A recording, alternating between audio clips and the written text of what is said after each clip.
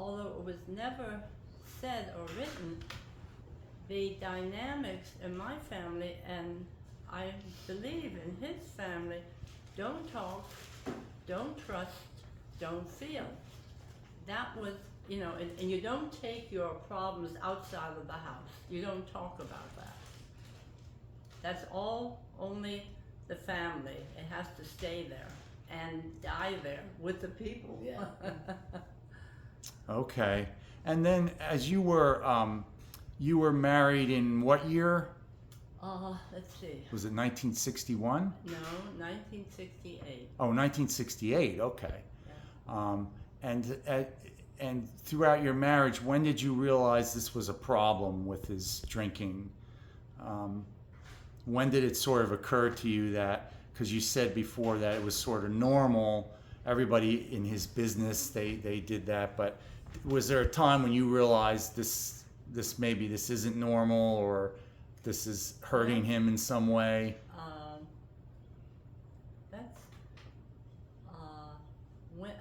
That is very interesting, because one of his best friends and Jack and Gigi, who he grew up with, at one time I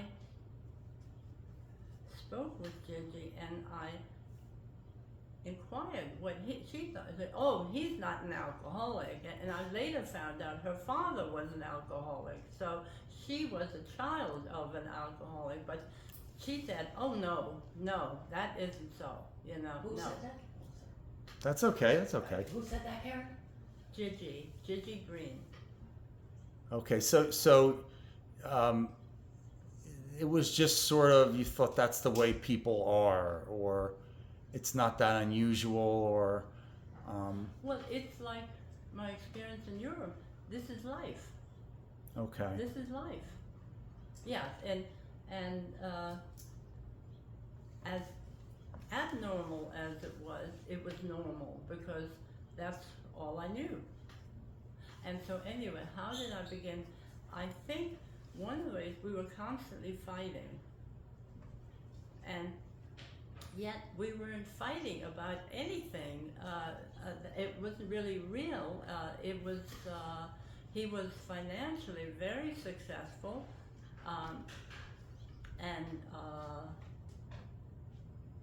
Of course, we were living in Short Hills, and at that time, he was commuting by what was then the Erie-Lackawanna train, and they had a bar on the train.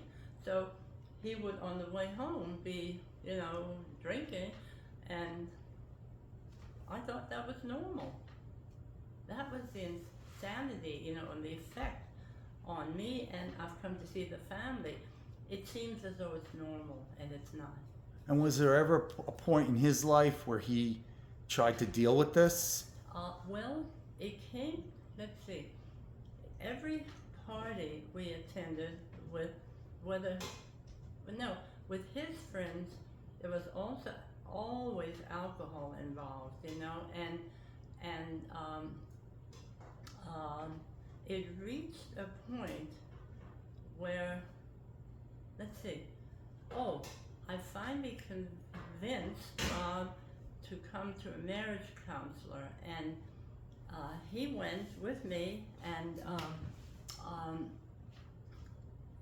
the therapist asked some questions, and he realized Bob had the disease of alcoholism, and said to him, I can't counsel you, but I have somebody in New York who would be able to help you because of the alcoholism. And my husband indignantly stood up and said, you are trying to break my marriage up, and walked out, never came back.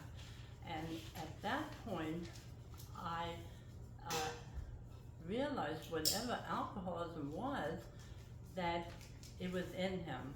And this counselor told me about Al-Anon, which I also had no clue what that was, and told me to go.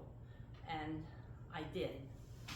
And it was weird, because again, I had nothing really, to me, remember that my husband's behavior seemed normal from what Right. I only knew, and yet I kept going, and it was the same counselor who helped me started to get a life for myself, and I started to take classes at Montclair State. Later it became Montclair State University, and I'm majored in counseling, and and ultimately earned my master's degrees in that, counseling families of alcoholics, And what year was that you got your master's? I have pictures of it, and I have a time frame written somewhere, which I'll have to look up. Let's see, my children, Rob and Catherine, I'm laughing.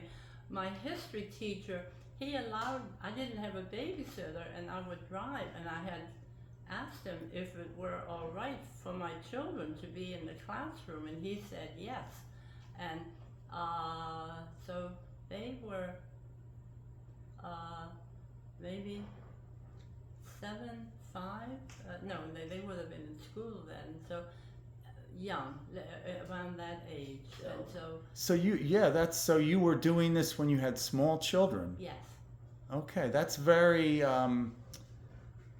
courageous. I don't know what the word is, but you believed enough. Yes. That this was something you wanted to do. Yeah, and I think now that is like part of my heritage, what my grandfather, believing in education equally important for women and for men, as he was, doing for his children. And then my mother's example of the courage for her to come to America, not speaking English, turned out we had it was my aunt in Brockton, Massachusetts, but in Richmond we didn't have any family. We knew ones. For her to come here, not speaking English, 4 children, as I mentioned, 2 suitcases and $40. I mean, incredible. Well, even more than that, on both sides of your family, right? You had your uncle Casimir. He was murdered by the communists, right? Soviet communists. The Soviet communists, and then you had was it an uncle on your mother's side? No, that's Uncle Casimir. Another uncle. That's a brother. You had one though that was murdered by the Nazis too, right? Oh, that's my father. When the Nazis took over Klaipeda, Memel, that became part of Germany, and so that's why my birth certificate says I'm German, whereas my 3 siblings say they're Lithuanian, because at that point Hitler had annexed that portion. As I later found out, he never successfully took all of Lithuania, but certain regions, and so because we were then Germans, my father was conscripted by the Nazis, sent to the Russian front, and died in 1944. Okay, let's stop there.